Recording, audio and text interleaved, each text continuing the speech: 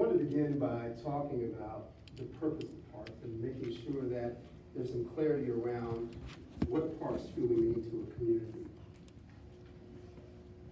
We do a lot of things in parks and a lot of things that connect to our community, but there are three basic areas that all across the country parks add value to. One is economic value. I know that may not be the first thing that people think about when you think of parks, but it does help to improve our local tax base and increase our property values. Site selection specialists for major companies that are looking to relocate. Parks is one of the things they take a look at. I want to take a snapshot and look at our parks inventory to kind of share with you what that data looks like. Currently in our parks inventory, we have 693 acres of park space. That includes 17 parks, 10 facilities, 48 tennis courts, 2 tennis centers, 25 trap and skeet houses, and I know most of our council members may be aware that we have the shooting range. Some of those who are watching and some of our residents here may not be aware that we do have a trap and skeet shooting range as part of our parks inventory that will be part of the city of South Fulton's new Parks and Recreation Department. We have 3 gymnasiums, 2 indoor pools, 34 athletic fields, and 3 multi-purpose fields. Those 17 parks are literally spread across the 102 square miles of our city. We have one district that currently does not have a park, that's District 7. But over the last several months, I've taken the opportunity with various council members and others to drive our park system. And it generally takes anywhere from 4 to 6 hours, depending on how long you spend at each park, to go from one end of our city to the other and touch every last one of those 17 parks. So it's a very diverse area. As you know, we have a very diverse city. Next, I wanted to take some time to talk about staff resources. This is our current org chart that we have under the Fulton County Department of Parks and Recreation. We've had this for quite some time. It's been in place for quite a while. You see our Parks and Maintenance Division. To the right is our recreation programming. Those are the folks who manage all the programs in our recreation center. And that is what we have currently.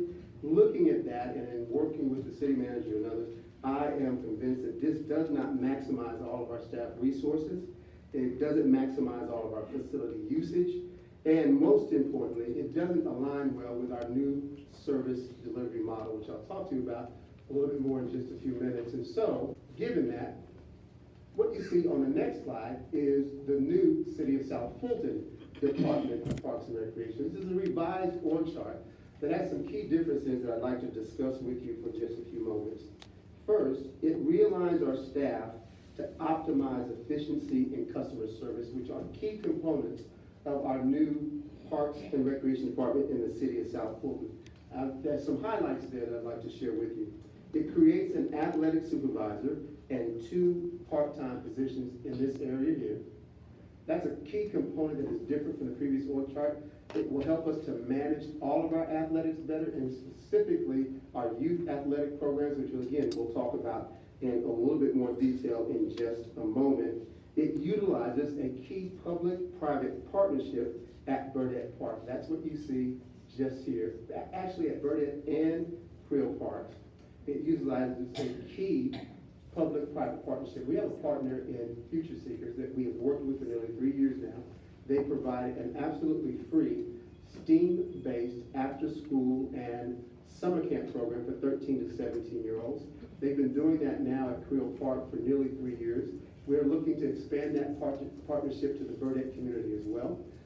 In addition to that, what you see just below that, the highlight is something that is very important. We, by reorganizing this org chart, have been able to put a full-time position into Creel Park, which, as many of you may be aware, has not had full-time staffing in nearly 10 years, and maybe slightly longer than that. And so this realignment of our organizational chart is going to resolve that outstanding issue and make sure that we have at least 40 hours of coverage there. There's some other key differences as well. One of them is that if you'll notice here, it says Welcome All Assistant Recreation Manager. Welcome All is a different task when it comes to operations and management than our other recreation centers, simply because of the nature of the facility. It is larger, it is multi-purpose, it has an indoor pool, it has a cardio room, a weight room, a gym. On any given weekend, you can have multiple rentals going on. And so the management of that facility is a different task than the management of some of our others. We look to make that position different in that it will become an assistant recreation manager position. It will be based out of Welcome Mall. That employee will be responsible for managing the Welcome Mall operation, but will also serve as an assistant recreation manager. We also utilize some realignment of staff to create a front desk presence and a receptionist presence at Welcome Mall because of the volume in that facility. What we do currently is we utilize recreation staff for that purpose, and that draws away some of our rec staff from doing what they're really specialist at, which is providing programs and recreational services.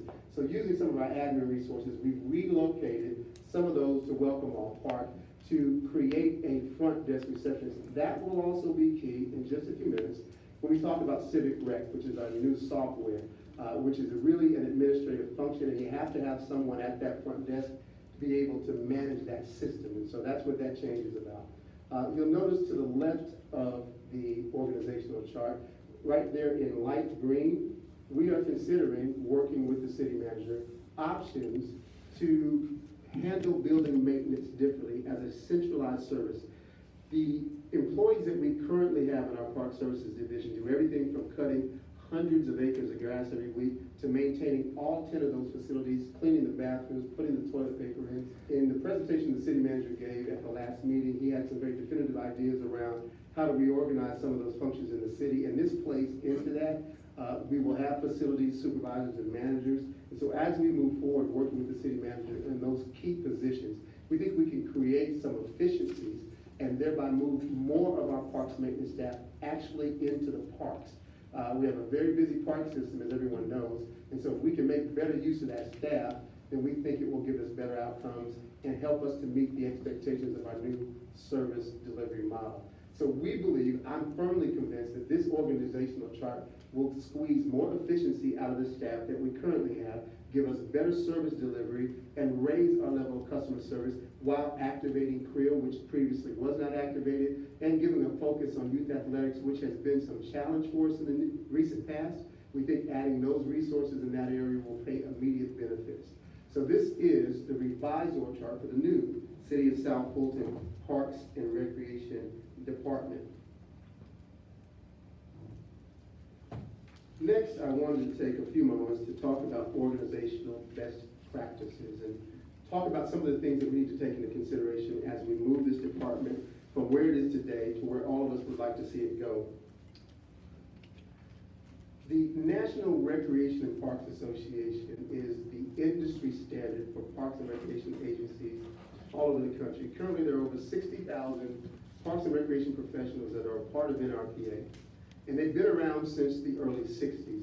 It is the industry standard. The NRPA agency performance reviews and NRA park metrics represent the most comprehensive collection of parks and recreation benchmarks and insights. This is information that they culled from surveying nearly 1,000 parks and recreation departments all over the country to come up with benchmarking and other data that we can use to look at similar agencies across the country and identify some of those organizational best practices. If you look to the bar graph on your right, this comes directly from the NRPA park metrics. What you're looking at is a measurement of the number of full-time equivalent employees on average across the country. That is based on population. It is the determining metric when you determine how many employees are appropriate for a department. And that top line that you see where it says median, essentially, as you know, means the average number. And if you scroll across that bar graph to the second column from the right, you will see there is a section there that says 100,000 residents to 250,000 residents. So we fall into that category in the city of South Fulton. Our population is estimated at 100,000. There are several who believe it is higher than that at this point, but we have a minimum of 100,000 residents in our city. And as you can see, the median full-time equivalent staffing level for a city of 100,000 residents is 109.5 full-time equivalents. Now, full-time equivalents means full-time employees, 2,080 hours a year, or part-time employees who work less than that but add up to 2,080 hours a year. So currently, the national average, and if you look at those next two numbers just below that, that's the lower 25% and the upper 25%. So we're not talking about the Cadillac standard when we say 109.5. That's the average all over the country. So next I want to take a look at where our staffing aligns with those national metrics. The 109.5 we just discussed is what the average is for 100,000 residents. As we speak today, our department has 52 full-time equivalents. Of that number, approximately 38 of them are full-time positions. Currently, 35 of those are full and active, and the rest of that number of 52 comes from our seasonal and part-time employees who make up full-time equivalents. Looking at that, the differences is pretty clear. We are less than half of what the typical staffing is for an agency that serves 100,000 residents. That has impacts across everything that we do, from maintaining parks to the program monitoring that we're able to do, to the program capacity that we have. Now, that's the picture we have today. But we are charged with doing the best job we can with whatever levels that we have. And in working with the city manager, we are looking at some specific ways to leverage technology, centralized services, and some contract opportunities to make up some of that gap, to try to squeeze more efficiency out of it so that we can get closer to the service levels that you would typically find in an agency serving a city our size. At some point as we move forward into FY 2019 and beyond, then we'll have to address how we further address that disparity between the typical staffing for a city our size and where we currently are today. And so we look forward to the opportunity to have a further discussion about how we meet those needs, because people, rightfully so, expect 109 employees worth of service. And we're doing the best we can to provide that with 52 full-time equivalents. Our goal is to create a state-of-the-art Parks and Recreation department. I took a moment to look around at some of the agencies around us. We are part of GRPA, which is the state-level version of NRPA. The park you're looking at now is Bethesda Park, which is in Gwinnett. I'm not sure if any of you have taken the time to go to Gwinnett. The reason I select that is specific. Gwinnett has a different methodology about how they work their Parks and Recreation system. Starting in the late 90s, they made the decision, the residents there, to fund parks and several other transportation other projects through SPLOST. And they've been doing that since the late 90s. The most recent SPLOST in Gwinnett County was 2017. It actually passed at the end of 2016 by a margin of about 63%. And by the way, if you look across the country, typically referendums involving park improvements pass at about a 70% or greater clip. And so they're fairly successful consistently around the country. In Gwinnett, the most recent one in 2016, over the next 6 years is going to generate $108 million specifically for park improvements. That's what provides the resources. When you drive there, you see stone pavilions like the one you're looking at now, state-of-the-art kitchen equipment, and renovated athletic fields. That model may not necessarily be the one that works for the city of South Fulton, but as we move forward and begin to look at how we create the system that all of us want to see, a dialogue has to take place about what that looks like. And what I would suggest is that it should begin with a Parks Master Plan. The City Council, as you're already aware, on February 27th at your meeting, passed a resolution to create a Parks Master Plan. Parks Master Planning is, again, part of the industry standards for the industry and how you plan. It's part of best practices for parks. It's a collaborative process, which is really key in that it utilizes professional consulting firms to come in and begin by, first and foremost, surveying our residents, talking to them in various ways about what they'd like to see in parks, the types of improvements they'd like to see. It uses guided neighborhood and district by district meetings and planning sessions that invites all of our community in to come and plan the parks system for their district. It naturally, of course, includes all of our elected officials, our city manager, and others in a collaborative process. And the whole goal of all of that, it's about a 6 to 8 month process on average, is to create something that is a roadmap for the next 10 to 15 years, has specific projects in it, specific improvements. It fits into the overall comp plan for the city and provides us with a definite way that we're going to go about improving parks and recreation. It connects to all aspects of the department, and it provides that roadmap that guides our decisions around staffing, around funding, around park development. Just like we track projects under a T-SPLOS, they do something similar here. Now, that's just one way of approaching a master plan process, but I think it is key that we define what our future is by going through a process that creates a template that we will use for decision-making in the Parks and Rec arena going forward.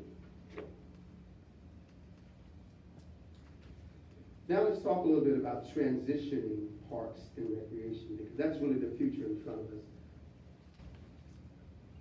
What you see here is our Parks and Recreation Transition dashboard. We'll weave on that in just a moment. In addition to that, it covers everything from our connectivity to applications, phones, computers. We're working closely with Mr. Neymar Strickland across a number of different areas. We're looking at Wi-Fi enhancements, computer lab infrastructure, and taking our facilities to the next level. One of the things that we definitely want to make sure we do is we have a number for our parks general number, which is PARK, park. And we're working to make sure that we transition that over as well so that citizens can readily identify the number they can contact us on. And lastly, as it relates to that, we're also working with Mr. Strickland to figure out what our live answer options are. Parks go beyond normal business hours, so we want to have a line available where citizens can contact somebody that answers the phone live 24/7. So Mr. Strickland has some ideas about how we can do that in an efficient way so that a citizen can call in the evening, can call anytime that they see something that needs improvement in our parks. Finance is also another one of our ongoing areas. We're working closely with Mr. Malazzi as we get prepared to transition over. One of the key elements of that, which we will present hopefully to the mayor and council for consideration on the May 8th meeting, is our fee schedule. We want to bring that forward to have the council provide some guidance and input on that fee schedule. It lists out what we charge for fees across all of our programs, all of our facility rentals, and it is tiered. Currently, under the SSD, it was tiered based on who lived in the unincorporated area and who did not. That would translate in our city to residents and non-residents. There are also provisions for nonprofits and corporate entities. So we need to take a look at that and figure out with the council and mayor's guidance, what is the best way to structure that fee schedule. Revenue is always in consideration, but we also have to make sure that we create access to programs for all parts of our community. And so there's a dialogue to be had around what does that look like on a fee schedule so that we maximize those opportunities to fund some of the programs that we have, but at the same time, balance it such that we don't create barriers for folks that we are trying to provide those access to. Next, I wanted to speak briefly about our asset transfer. As you can see, that will take place through April 10th through May 28th. We are tracking that very closely. I've already communicated with the city manager and asset listing that has literally every asset identified in the department so we can ensure that everything that the city has coming transitions over on May 28th. That is an active process that is ongoing, and so we're tracking that as we go through that process to ensure that everything, and that goes everything from park inventory, the actual acreage that we're transitioning over, and facilities all the way down to the equipment, the tools, the vehicles, the computers. There literally is a list of everything that we consider an asset and should transfer effective May 28th. Next, uniforms and equipment. We've already engaged that process. Our goal is that on day one of the transition, all of your new Parks and Recreation employees will have on City of South Fulton uniforms day one, and we will have restriped all of the vehicles in the department. There are approximately 51. Some of those will be surplus through the transition process, but we've gone through the procurement process. We have a vendor in place to take care of that. So we will roll out first day on May 28th with everything that says City of South Fulton. Next, programming. So we have a number of logistics that we have to take care of through this transition to ensure that we have no disruption of services as we transition on that key date of May 28th. We've already begun a dialogue, first with our city manager and then with our city attorney around legal agreements. A lot of the programming that we do connects to facility use agreements. There are liability waivers. We have some intergovernmental agreements that we've utilized in the past. We have MOUs. I spoke with the Atlanta Hawks on yesterday. We've worked with them for the last 3 years. They've renovated 3 outdoor courts. They're looking to renovate another court for us. as we transition over. They're fully aware of the transition. The city attorney is currently reviewing that document, so we'll be bringing forward that to the council once the city manager has given his final approval. But we want to continue those type of public-private partnerships. Another one is with the Marquise Grissom Baseball Association. For those who may not know, Marquise played 17 years in the major leagues and is a son of the city of South Fulton. He grew up in this area and started playing baseball in our backyard. And so he's interested in figuring out how he can connect with the city of South Fulton Department of Parks and Recreation and continue some of those beneficial partnerships that we believe will help us in the future. In addition to that, as we transition over, our mission is to take everything we do to a level of excellence. As it relates to programming, that means several different things. We've got to approach some of our programs significantly differently. We also have to connect to key parts of our community that we don't connect to deeply enough currently. Among those would be seniors. We need a better process for connecting to adults. We need a better process in the age group of 13 to 17, some of those at-risk youth. We've got some very cutting-edge ideas that we think will help us to reach out to some of those communities.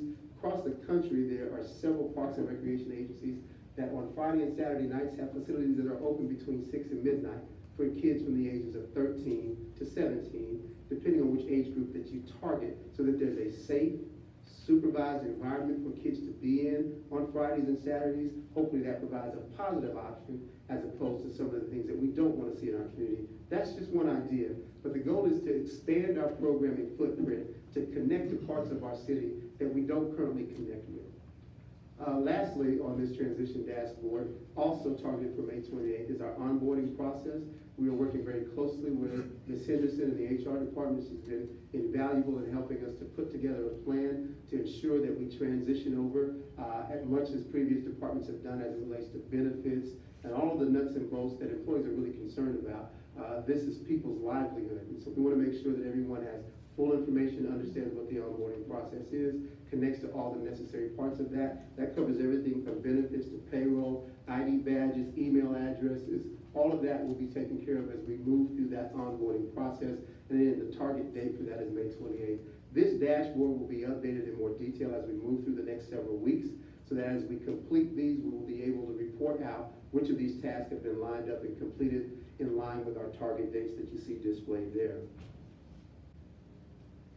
I wanted to spend a little time diving into a bit more detail, and I've titled this Effective Transitioning. The nuts and bolts that you saw on the previous page are certainly necessary, but I wanted to talk in a little bit more detail about what I believe are the key deliverables as we go through this to take our department from where it is today to the new City of South Fulton Parks and Recreation Department. There is a new service delivery model that our city manager kind of talked about in some detail at the last meeting, and we are certainly a part of that. That includes improved service delivery and accountability that connects back to the org chart that I showed you a little bit earlier, and why we believe that gets more efficiency and better customer service out of that org chart than the one that we had previously. Centralized services and contractual services will certainly be a part of that. We have to look at every opportunity, giving our staffing resources to effectively raise our level of customer service with the resources that we currently have, so that we have a better accountability around everything that we do. We've had some engagement sessions with our staff over the last couple of weeks. That will be ongoing throughout the transition, and it's really to talk about the new expectations and raising our level of customer service and understanding what it takes to be a part of the new City of South Fulton Department of Parks and Recreation.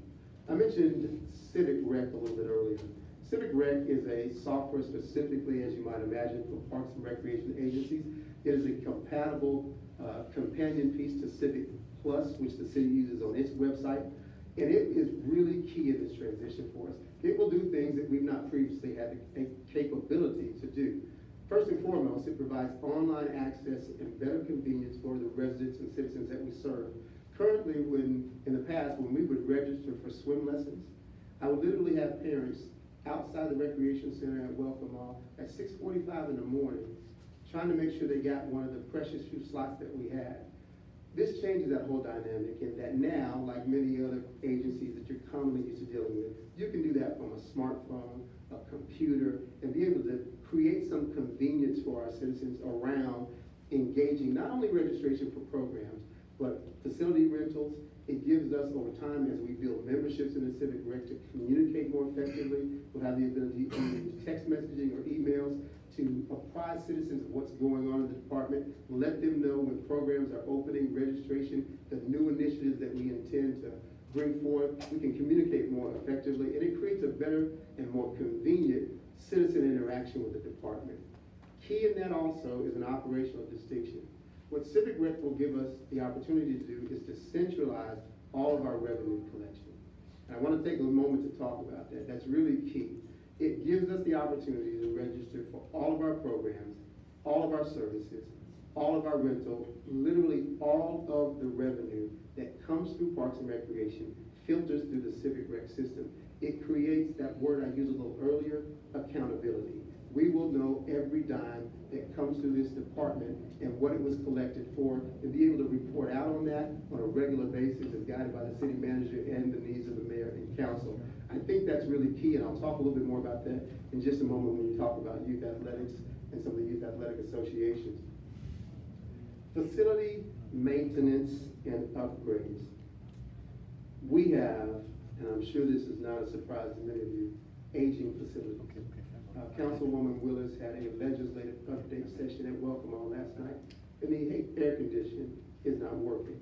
Now that has been a challenge for us in Welcome All for a number of years. Every year as the seasons change and we get into spring, and that 20-plus year unit has been off for 4 or 5 months, the minute we start it back up again, we've had mechanical issues. We have a similar issue at the South Fulton Tennis Center. Now both of those have current open work orders with the county, and we're working.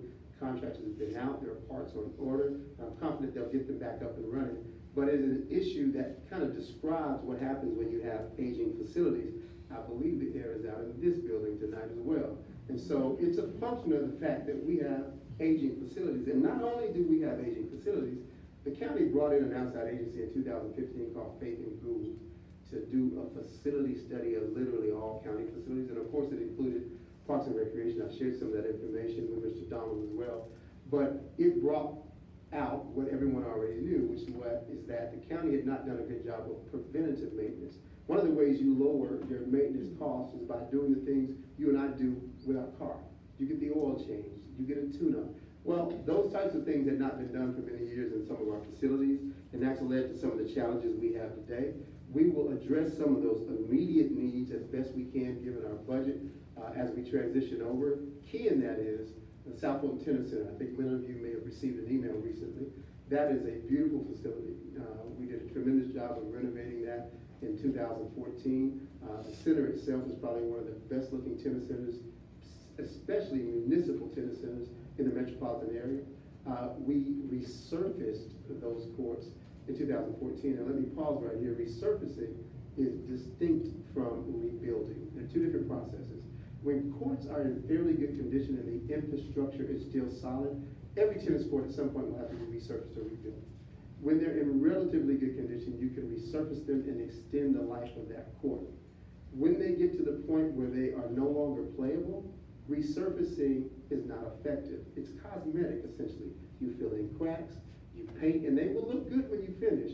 But we live in an area of the country where we have real winters and real summers, so what happens? In the winter, everything contracts. In the summer, when it's 90 degrees, everything expands, and so those cracks come back. What we're proposing to do is to rebuild courts as opposed to resurfacing them. Now, you might imagine rebuilding has a different cost structure than resurfacing.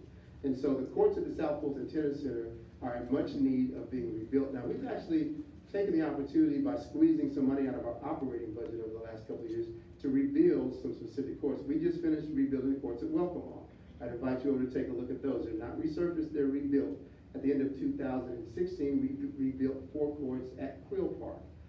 And they're still in good shape. When you rebuild them, they typically last 5 to 7 years. And so the tennis center, I think, has untapped potential. It's a 24-court facility with 4 clay courts. That's another distinction that's pretty rare. You don't find that in most municipal facilities. And I envision that being able to be a real revenue generator for the city, but that requires us to make some investments in improving those courts. It's going to have to be done in a phased process because 24 courts, they average roughly for hard courts about $30,000 per court. So we'll have to figure out what the model is for doing that. It will likely require that we phase in courts I've already had a venture to go out and take a look at those courts within the last week, so we have a cost model for that. And so we'd like to see how quickly we can begin to address some of those deficiencies. We also have some athletic field upgrades. We have facility needs and upgrades. I mentioned the HVAC issues that we have. Some of those are immediate needs that we'll try to address as quickly as our resources will allow. Some of those may be more long-term needs, which may connect to the master plan process I talked about earlier, which will create for us a process and a roadmap for how we want to upgrade facilities or possibly add new facilities, acquire land to build new parks. All of that is a part of that master planning process. And that's where you typically will look at what your long-term needs are and develop a plan for that. And then with the guidance of the mayor, the council, and the city manager, we have to look at what the funding model is for that. And there are a lot of options when we get to that point in the discussion. Also part of our effective transitioning is full usage of facilities. Reorging, as I told you earlier, is going to add full-time staff position to CREA, which has not been there in some time. We have a broad city, it's 102 square miles, as you know, and we're responsible for providing programs and services across the entire city, which means we have to use all of our facilities, be able to make sure that we have a staffing model that gives us the best opportunity to provide services in every district, every neighborhood, across the entire city. Want to spend some time talking about park security.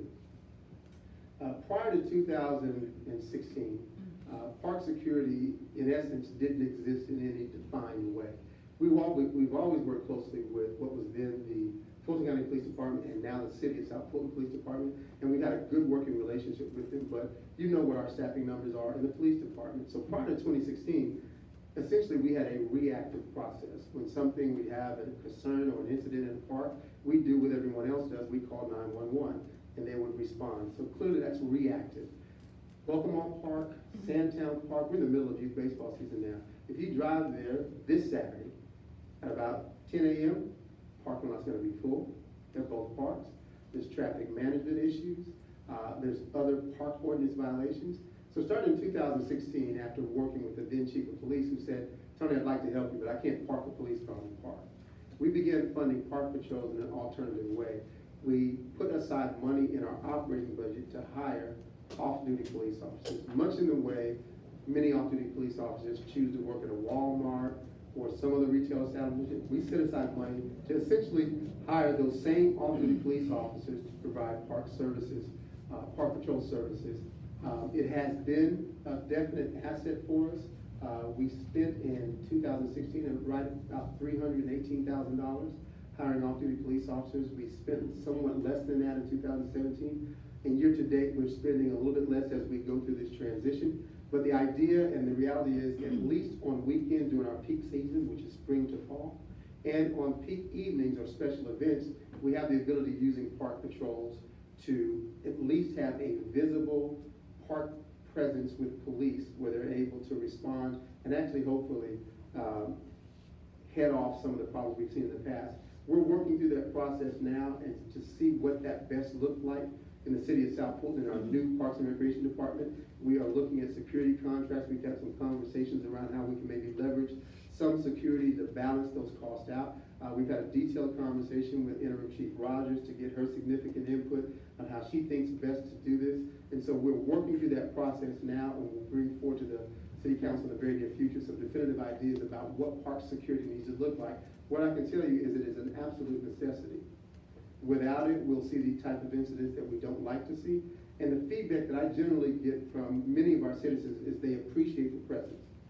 They appreciate having park patrols in the park during those key times. Parks have to be a family-friendly environment. If we don't have that, it's not a park. And so we have to figure out how best to do that. I recognize that there are other force multipliers that we could possibly, camera systems, lighting. There are other considerations other than just someone in a uniform. And we need to look at the broad spectrum of that. But park security is key in having a vibrant, top-flight park system. The next element that I want to spend some time talking about is youth athletics. And we need to talk about this in some detail. The first thing I want to talk about is our youth athletic associations. We have been utilizing youth athletic associations in the Parks and Recreation Department for over 20 years.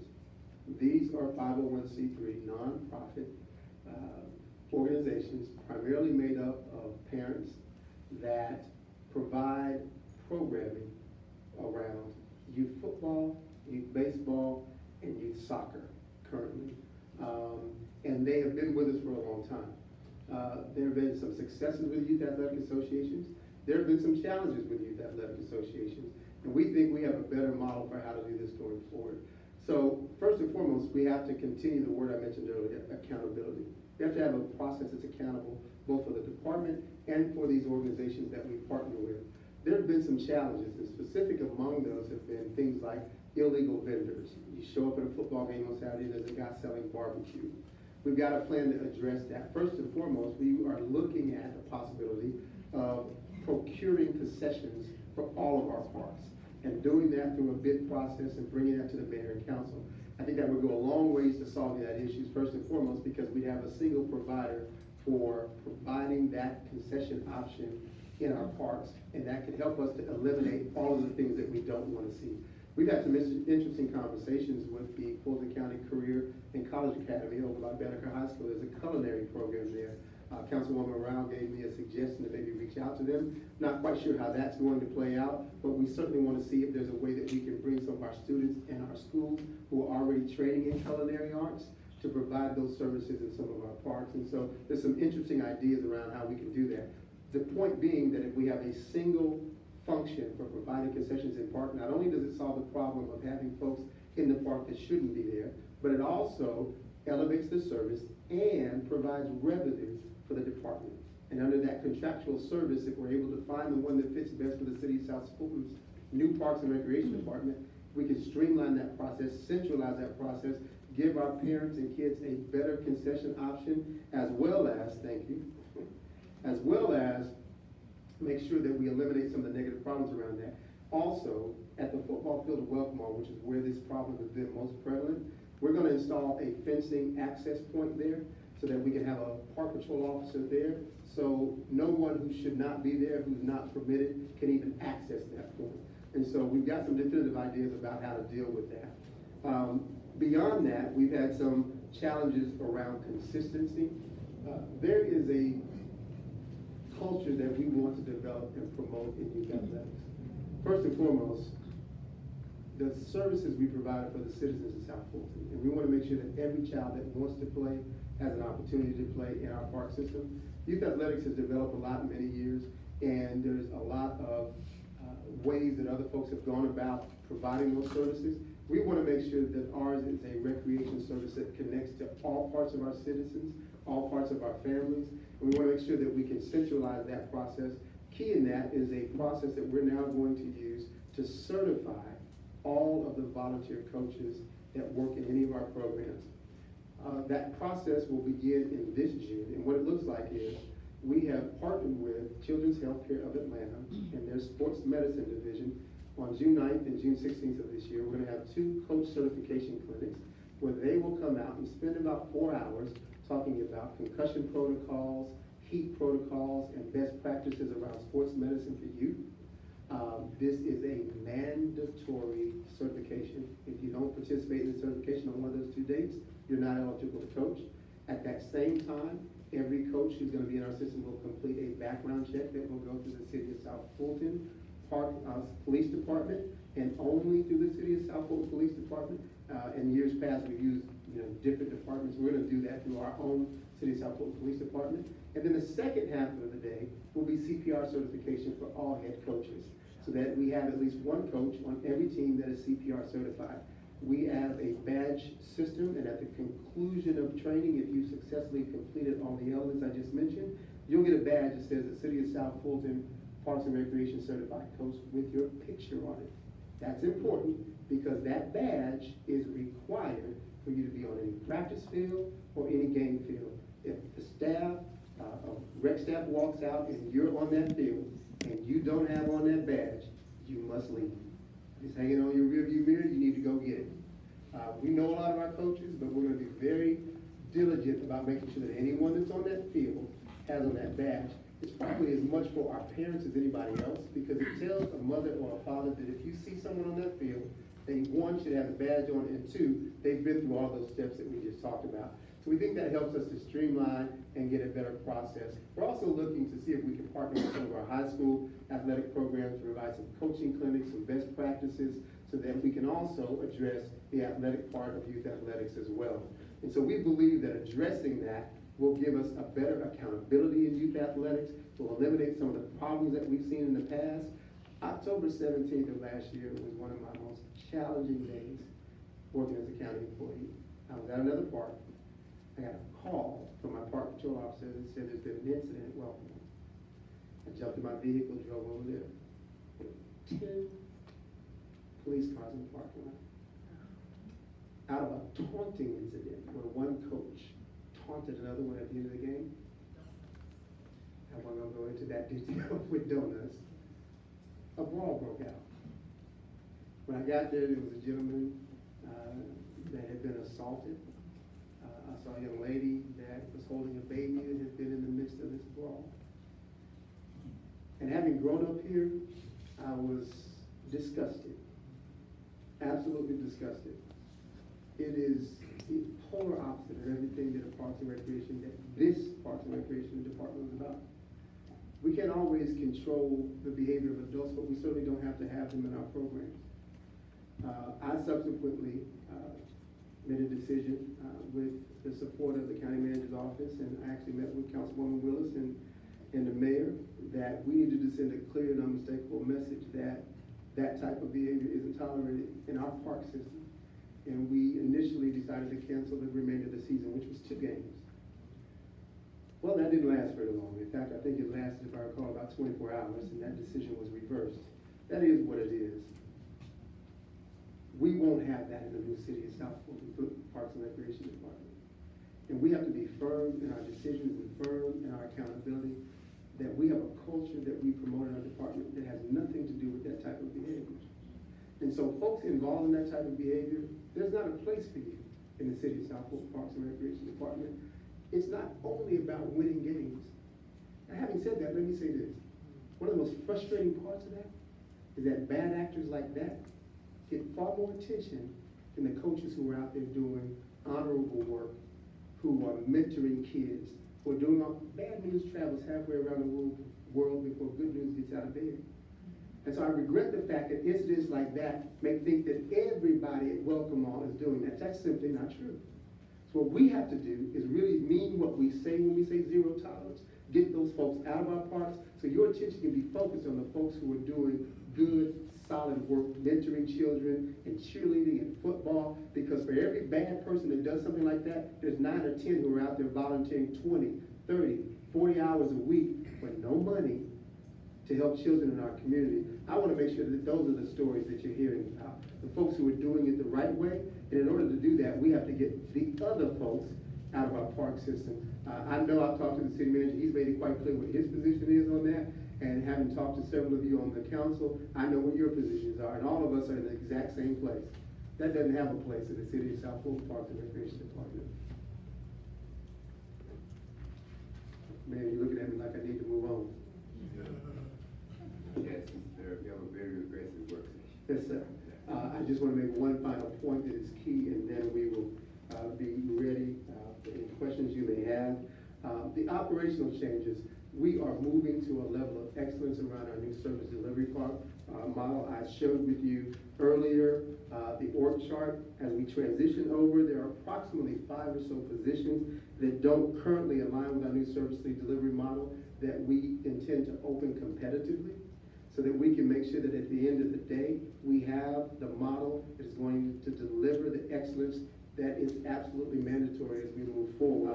And so that will help us to make sure that we're in line with our goals. Lastly, in terms of the council, we'll need your support on a few key issues. The fee schedule I mentioned earlier will be coming forward to you very shortly for your approval and input.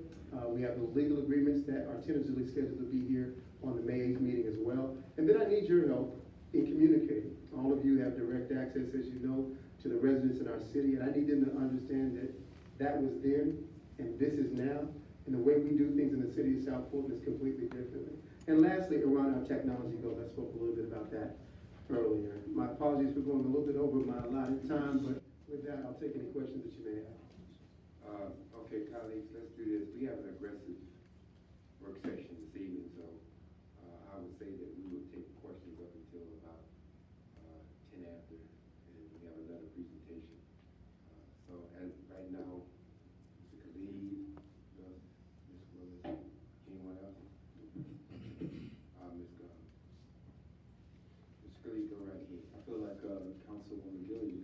questions. No. The 28th is the transition date?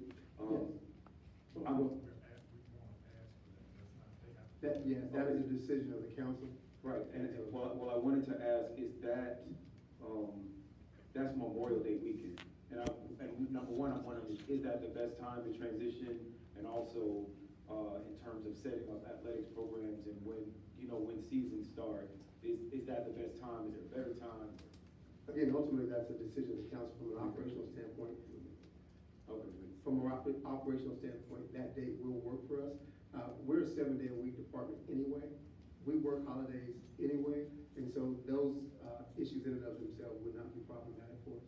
Okay, on the org chart, you talked about different part-time people. Are we going to have, I know there were discussions about having a second crew being able to be added to clean up the parks after things like Memorial Day weekend, so when my seniors come out walking in the morning, the trash isn't still there.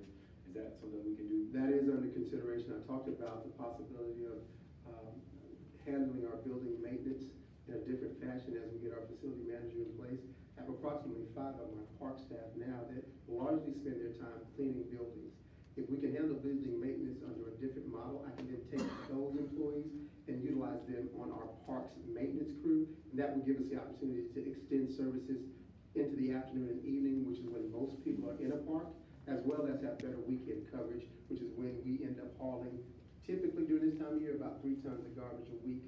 So yes, we're looking to see if we can't use some of that existing staffing, get some more efficiency out of the folks that we do have, and make sure that we're able to cover evenings and weekends more effectively. Okay, I'm gonna skip my 2 questions and just ask this last question. Financial assistance for needy families. I know that, back in the day, we had people like Miss Mumford and Coach Lamar, like, they would work with you if you didn't have all your money for your athletic association fees. How does that, with this new civics rec, are we gonna have like a financial assistance program, or how's that gonna work for us? The new agreement that will be before the Mayor and Council for Youth Athletic Associations requires them to give the department a fee proposal that must be approved. So it will have to itemize. If you're gonna charge X number of dollars, you have to tell the city what every dollar of that fee is for. And then it'll all come through Civic Rec. We will pass through to the associations the money that's theirs. By the way, it also allows us to collect the maintenance fees, $10 per registration, up front. Part of the challenges of doing it the other way, there was no maintenance fees before 2015. I worked to have that amended when I was assistant director, but I quickly found out that made me a bill collector. Because if the association didn't pay, then I was faced with sending 300 or 400 kids home, which doesn't work. If I couldn't do it after a brawl, I certainly couldn't do it because you didn't give me a check. This reverses that dynamic. Part of that fee schedule is they have to propose and get those fees approved by the department and the city. We expect that there will be multi-child discounts and things of that nature that address the very issue that you just mentioned. We don't want to see fees that create barriers to the very families we're trying to serve. So that is a process, and I can't tell you what those numbers are today, but that's certainly a key factor in making sure that we don't lock people out of the park, that the park is there for in the first place. Thank you. That was great. Ms. Willis? What is the timeline to have the air conditioning problem restored at the recreation facilities? My concern is, yes, yesterday I did have a meeting and there were several seniors at the meeting who was hot, but those same seniors also participate in programs at the park, and we have children who are attending programs in the afternoon, and then we're ramping up to start the programs for the summer. And to me, it's a liability because heat can cause exhaustion, strokes, which somebody has already died on our Welcome All Park field because of a heat stroke. But when you're talking about an enclosed facility, heat can even be worse. So what is the time? That needs to be a priority. It is a priority, and let me tell you how that process works currently under the county. Facilities maintenance is done by the Department of Real Estate and Asset Management. That's not done internally in Parks and Recreation. When something like that is inoperable, we submit a work order to the Dream Department, and they're responsible for effecting the repair. Because of the history with that air conditioning system, 2 weeks ago, when it wasn't hot, we had the staff go in and fire up the system the air conditioning system for a couple hours to see if it was gonna work. We didn't need it at that time, but we know how the system is. It's 25 years old. Well, the minute we fired it up 2 weeks ago, you can imagine what happened. No air. We put the work order in then. And so they've been ordering parts. The vendor has been out. It is an old system. I'm confident they'll get it up and running again. And so that process is a priority. It is underway as we speak. I can't give you an exact date because the vendor has to provide when the part's coming in and you get the proverbial it's on order. We call them every day. We're emailing them all the time. Trust me, when I have an air conditioning system out, I hear from it, rightfully so, from all the residents in the facility. And so we're pushing that as quickly as we can. Same situation at the South Fulton Tennis Center. That's about a $12,000 repair. And we've got that also in the system as well. So in addition to that, if I may, there's a work order list of about 19 items that I have been communicating with the city manager about. And he's made it clear, and I've made it clear to the county, that those outstanding work orders have to be completed if the council so decides by May 28th. So we're tracking every outstanding work order, not just the HVAC. We got a pool pump issue, we got a pool heater issue. I won't list all 19 of those issues now, but my charge from the city manager is to make sure that those things are getting addressed so that when we get to May 28th, we're not left holding the bag with a bunch of things that aren't working. So it is a significant priority as we move forward. Mr. City, I'm not finished. Mr. City Manager, I need a date on when the air conditioner is gonna be fixed, if possible by the next meeting. I will go on record to say that heat is very dangerous. And I do not want the city liable for anybody getting sick or having a heat stroke because of heat exhaustion. It was extremely hot yesterday, and it was around 8 p.m. So I can imagine what the heat is like during the daytime, and as we progress, what it's going to be like in the summer. I don't want anyone's child getting sick, and I don't want any seniors getting sick. So that needs to be given priority. And if the vendor can't give a timeline, then maybe we need to find another vendor. The other thing, what are we? I understand, but I have questions about Parks and Rec, and I'm anal about Parks and Rec. Make your point, so we have other people who want to communicate. I understand, but I have questions.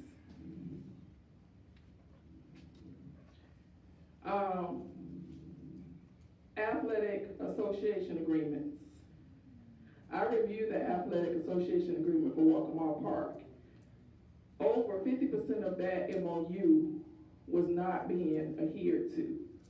What is the plan for the MOU? And I'm only going to speak about Walkmore Park because I didn't read the MOU for the other parks. What is the plan to making sure that the MOU is in compliance? Is it going to come over to the city of South Fulton for the initial year? So you asked two questions, I think, for the first one. I think I've been very clear. I've had conversations with Mr. Phillips. I've expressed what my expectations are regarding work orders, and I think he understands them clearly, and he reverted them back to you. By May 28th, all work orders should be complete.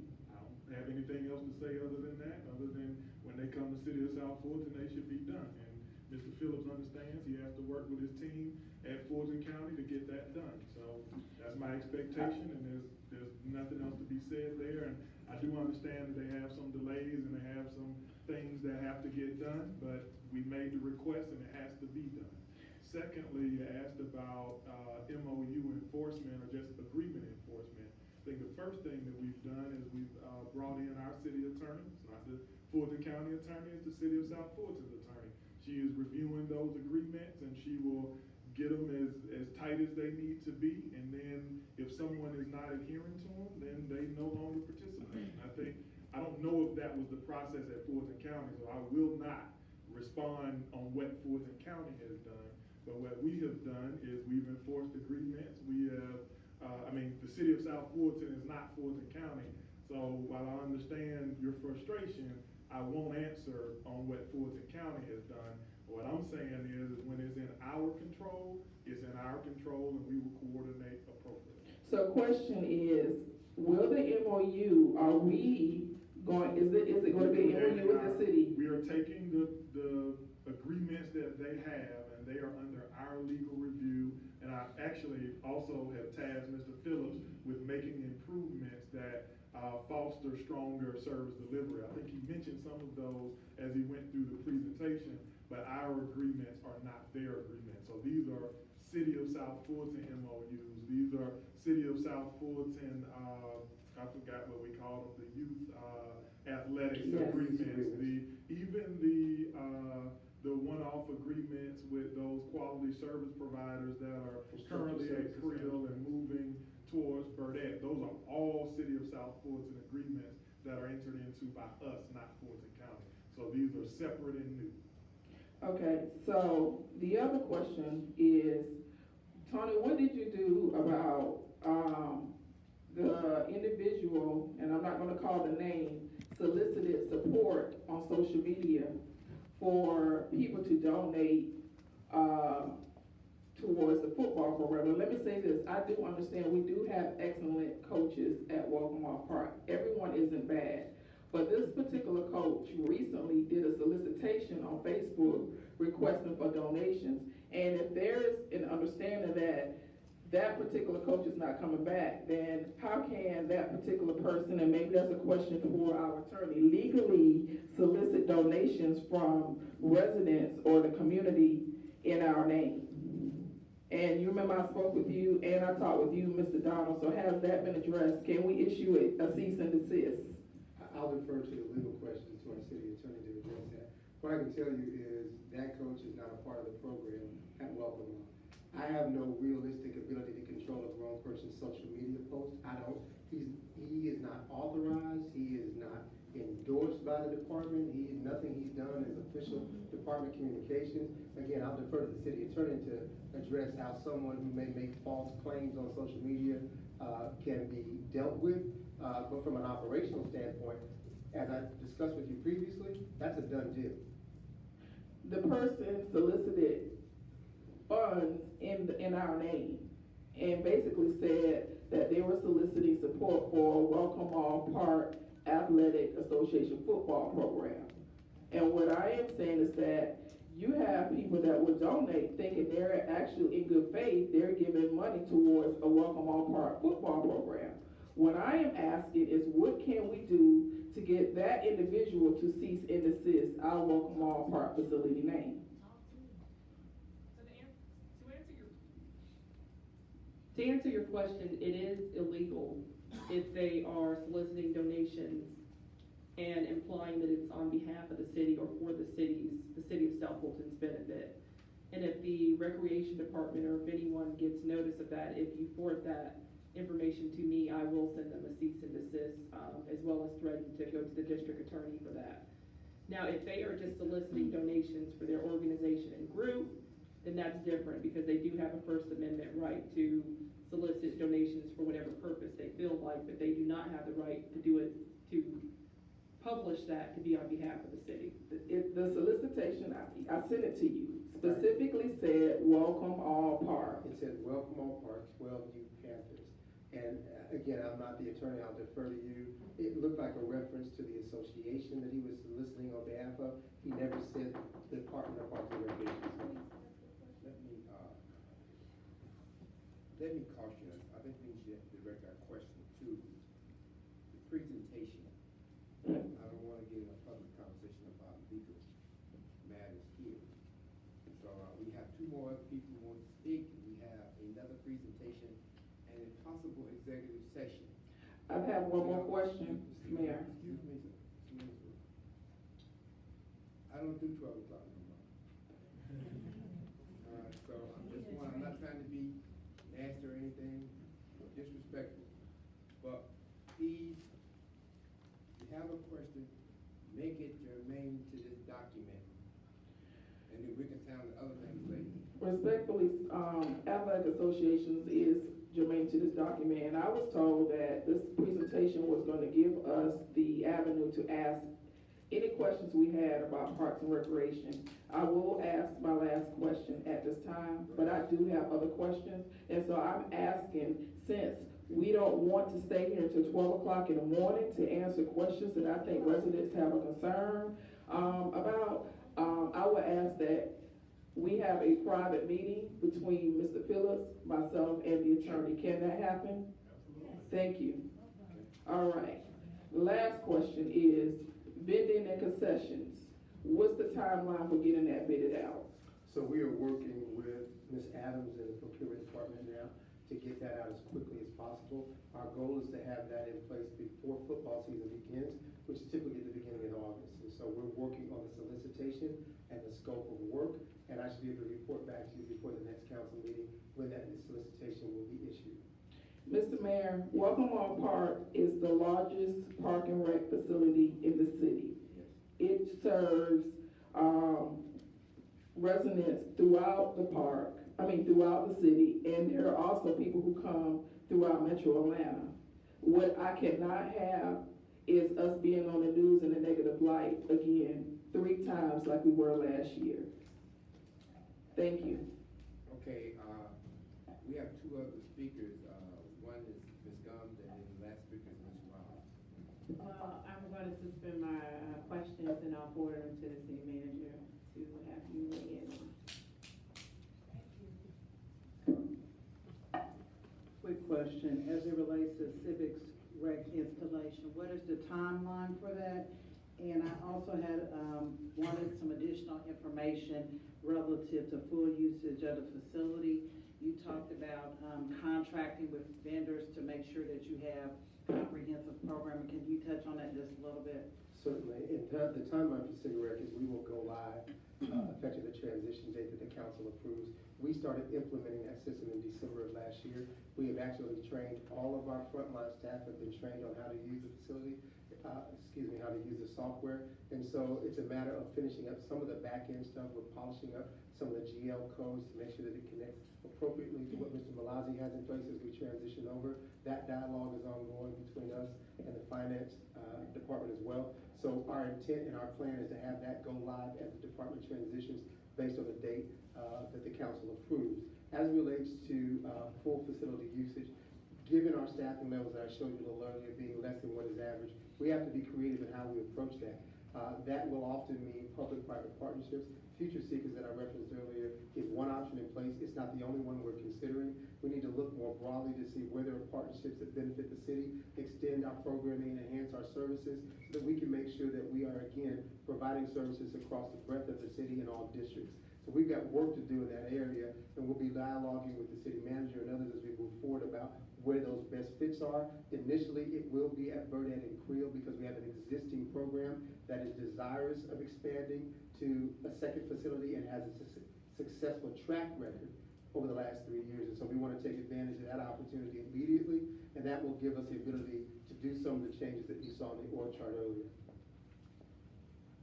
And just a quick follow-up, I would hope that that would be procured out as well to make sure we're getting quality providers and we're getting the required documentation. So I think there's an opportunity even to work with Fulton County Human Services. They've been providing youth providers for numerous years, so I think there's an opportunity there. Thank you. Real quick, I just have a comment. You don't have to answer. Something to consider.